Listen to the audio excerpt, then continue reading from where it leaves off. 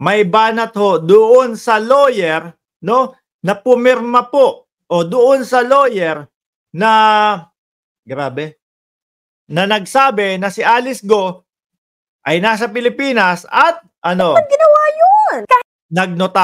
nagpanotaryo pa sa kanya. O eto, ano daw po ang kakaharapin, no? Nung lawyer na yon, mga kababayan. Si Attorney Migs talaga ang ganda, mga bossing. Tas sasabihin ni Maharlika, nako, ang pangit-pangit niyan. No? Sasabihin ng mga DDS, naku, puro retoke naman yang si Migs Nograles. Kasi sa kanila, mga kababayan, kapag kakalaban nila, nako, ang babanatan ho niyang mga yan, yung itsura. No? Ang babanatan ho niyang mga yan, pero ako mga kababayan, nagagandahan ho ako dito sa bata na ito. Bata ka pa dyan, ha? Game! Notaryo ni Alice Guo, bakit mo naman ginawa yun? Bakit mo daw ginawa yun? Attorney ni Alice Guo, ano daw po ang posibleng kaharapin? Notaryo ni Alice Guo, bakit mo naman ginawa yun? Kahit Department of Justice gusto ko nang habulin. Yari! So, ano nga ba mangyayari sa notaryo ni Alice Guo? As in yung nag-notarize ng counter affidavit niya sa panahon na wala siya dito sa Pilipinas. Paano nangyari yun? Ano yun? Teleport? Wow. So, if you've been teleport daw po, mga kababayan. So, if you've been hiding under a rock at hindi mo alam yung mga nangyayari, may nagnotaryo sa counter affidavit ni Alice Guo, as in lahat ng mga sinabi doon na depensa niya, habang wala si Alice Guo dito sa Pilipinas. And sinabi na notary public na yon na lahat ng mga nakasabi doon sa counter affidavit ay totoo. At sinabi niya at ginawa niya sa harapan ng notary public na yon. Ayan. True ba? Since nalaman nga na wala siya sa Pilipinas sa panahon na yon, ano ngayon ang legal implications nito? Di fail na yung counter affidavit niya. Di-fail na yung counter affidavit. Wala nang saysay. As in, lahat ng mga nakasulat doon, wala na. So, lahat ng depensa niya doon, considered gone. Meaning niyan, di pwede na makahanap ng probable cause sa mga kaso niya. So, pwedeng tuloy-tuloy na to sa korte. At sa abogado naman na to, attorney, pwede ka na magkaroon ng criminal or administrative liability. Nadamay pa. Nadamay pa. Akala ko siguro nila, mga kababayan, ganun-ganun lang po. No? Ang batas ng Pilipinas, ganun-ganun lang po, mga kababayan nilang, sige, inotaryo mo na yan, hindi na mahahalata yan. Baka malaki din ang bayad kay attorney. Pag yung mga ganyan pong mga notaryo, mga kababayan, may bayad naman din po yan eh. Diba? Alam ko sa Pilipinas, parang kung hindi ako nagkakamali, 150 to 500 pesos. Baka iba naman yung bayad kay attorney. Nakasuhan pambigla. Especially under 171 of the RPC na may falsification claims ka dito dahil sa paggagawa mong notaryo na mali naman at hindi totoo. At pwede ka makulong from 6 years and 1 day to 12. Kulong pa si attorney. 6 years to 12 years daw po, mga kababayan. Diyos ko po. Dahil dyan. Pero, mga bossing, no? Mga bossing, yari yan. Yari yan. Magsasalita na itong si Alice Guo, kaya nga po nanggigigil na po yung mga DDS. Bakit ganyan ka ngumiti? Alice Leal Guo, para bang handang-handa ka ng magsalita ng mga anti-Duterte na yan? Magiging anti-Duterte na daw po. Siguro, hindi naman sa magiging anti-Duterte. Sasabihin lang po kung ano yung mga katotohanan na nangyari. At, baka po mahabig po, talagang masabi yung mga apelidong Duterte, apelidong Roque, etc., etc. Diyos ko, haba nito.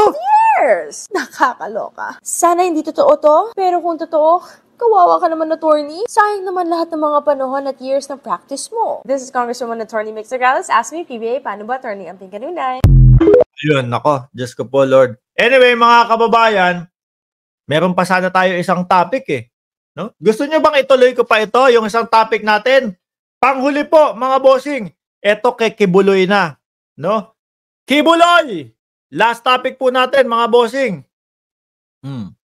Dahil kung natatandaan nyo ho, mga kababayan, siguro kung may isang linggo na, nagdiwang, no? Nagdiwang yung mga kojik. Aalis na yung mga kapulisan. Aalis na sila. Tapos makita mo si Eric doon sa si Eric, yung kalbo. Walang buhok.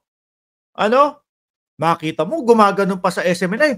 Yes, parang panalo na tayo. Yes, gumagano si Ka Eric, no?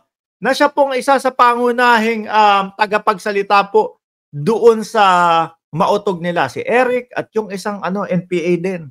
Ayan, sila po yung mga nangunguna diyan sa mautog yung mga dating NPA po. Tapos ngayon may nakikita tayo doon sa mga kojik-kojik na merong nalalamang pagsusunog po ng mga gulong, etc. etc. Sabi ko, gawaing NPA yan Mukhang natutunan nyo yan kay Eric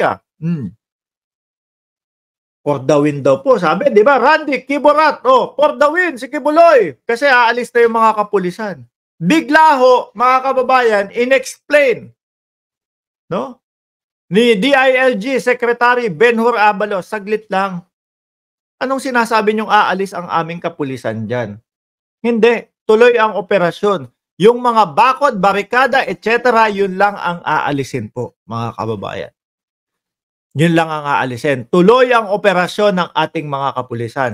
Ngayon po, mga kababayan, balita po sa Philippine State Controlled Media, PTB. Just in, kapapasok lang. Pati po yung mga sinasabing tanggal, yung mga barikada, tanggalin yung mga ganito, etc., etc., pinawalang bisa na din po, mga kababayan. Diyos ko po. Ang aga nyo kasing mag-celebrate dyan No? Ang agang mga mag-celebrate. Si Eric gumaganon pa Si Torion nagsisisigaw pa doon sa labas. Panalo na, panalo na. Kaya nga sabi po ng ating mga kapulisan, hindi po namin alam kung ano yung pinagdidiwang nito. Kung napaaga na po ba yung 39 years nilang anniversary. Di ba? Just in, pinawalang bisa ng 22nd Division ng Court of Appeals sa Cagayan de Oro City ang Temporary Protection Order. Yun po yung nila, mga kababayan, nakuha nila, di ba? Walang bisa na po, mga bossing.